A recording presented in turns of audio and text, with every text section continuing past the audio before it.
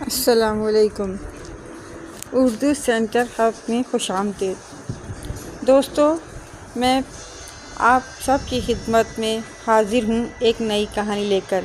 یہ تب کی بات ہے جب میں بہت چھوٹا تھا، قریب 8 یا 9 سال کا، اور اس وقت ہم آسنسول، جو کہ انڈیا کا ایک شہر ہے، تو میری فیملی کرائے میں رہا کرتی تھی۔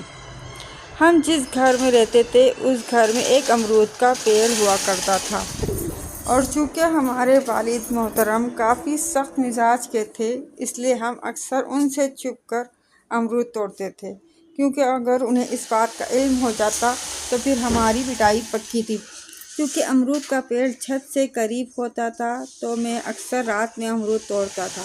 ایک بار کی بات ہے، لائٹ چلی گئی تو میں نے سوچا کہ اچھا موقع ہے امرود پر ہاتھ صاف کیا جائے، مگر میں جیسے